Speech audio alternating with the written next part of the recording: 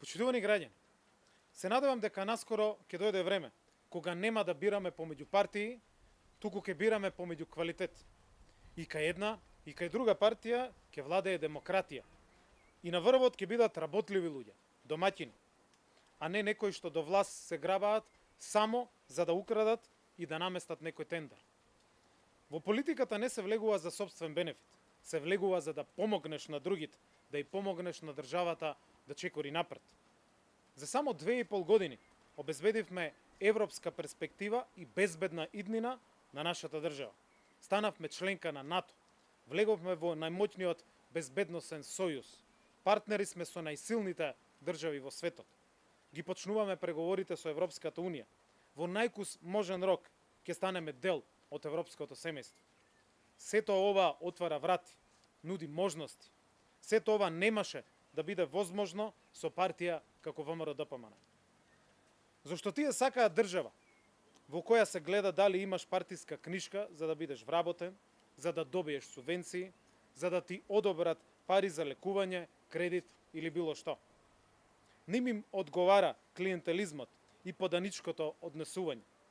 Да наведнеш глава и да добиеш некоја ситница за возврат, додека медот го земаат неколкумина на врвот.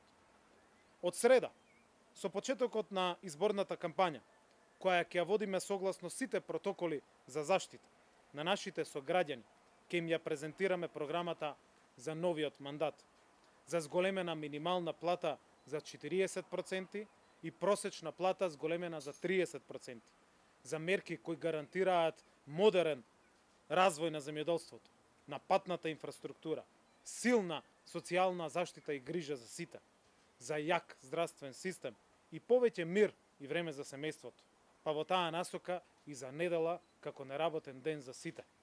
Програмата е одлична и едва чекаме да ви ја презентираме и да ја дискутираме со вас граѓаните.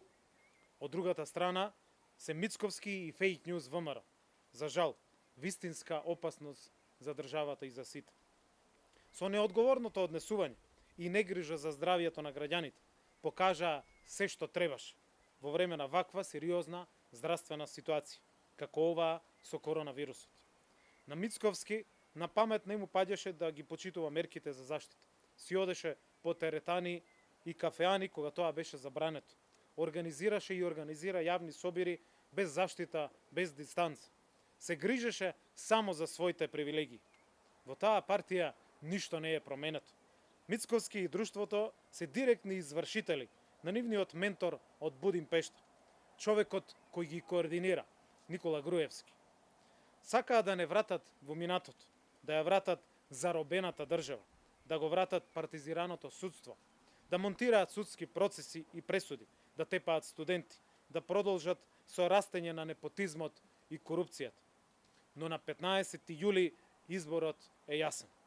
Да гледаме кон собствената и иднината на младите или да се вратиме назад кон заробеното минато.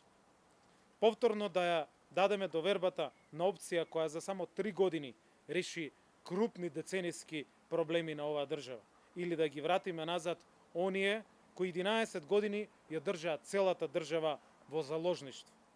Покажавме дека знаеме и дека можеме. Затоа тука, од мојата крива паланка, порачувам дека ќе одиме напред сите граѓани, сите партии, сите ние, и дека ќе победиме на 15 јули сите заедно. А можеме уште повеќе, можеме уште подобро. Благодарам.